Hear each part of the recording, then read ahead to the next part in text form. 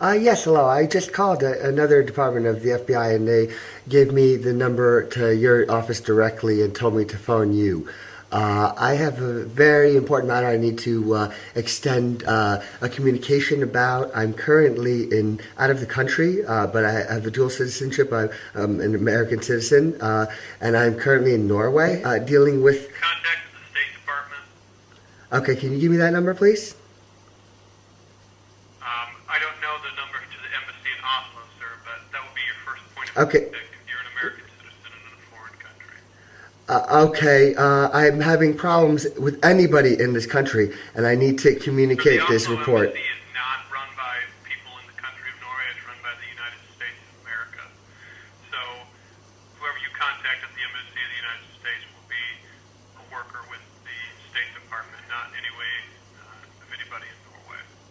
Okay, but what you're saying is procedure would dictate that I would have to speak to the office in Oslo that handles this matter. Procedure and all pertinent laws, sir. The FBI wouldn't investigate that matter. Okay, sir, I'm not sure what record the FBI would keep on that.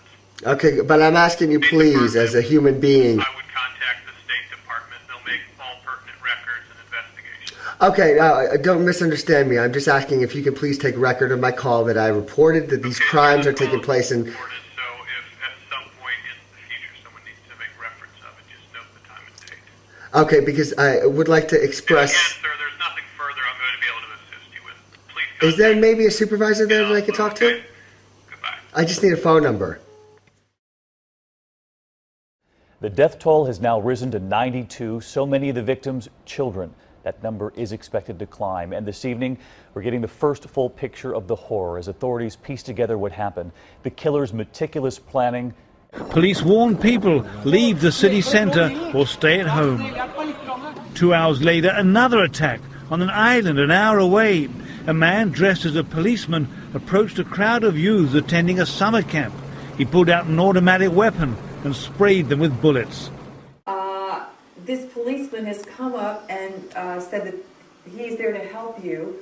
All of a sudden you realize actually this policeman is starting to shoot all of you.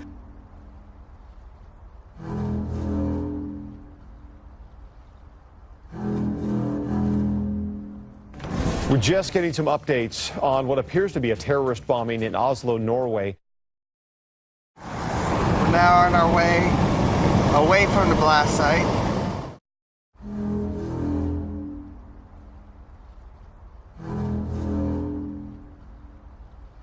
A 32-year-old man, allegedly dressed in a police uniform, opened fire and murdered 84 people. He told them he was there to help them and told them to come close, and then he pulled an automatic weapon out of his bag and started killing people. To make sure they were dead, he pulled a shotgun out of the bag and finished the job.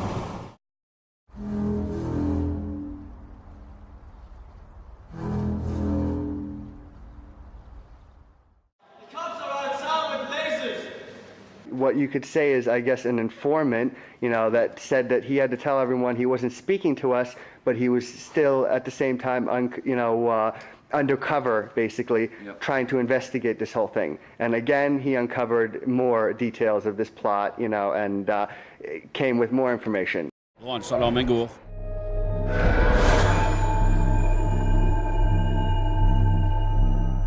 The shooter arrives at the ferry dock for Utoya Island. Some of my friends went down to greet the policeman, and then we heard gunshots. Like an instinct that told me, don't run that way. So I ran down to 15 of my friends and said that come with me, run in the forest.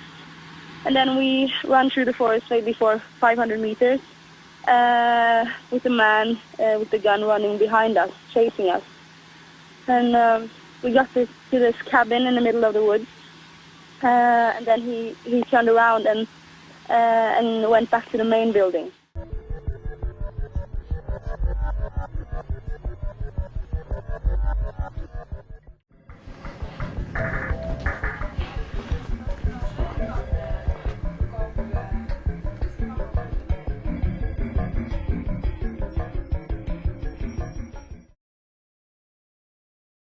We did nothing wrong. Can you please make sure the police do not take my videotape?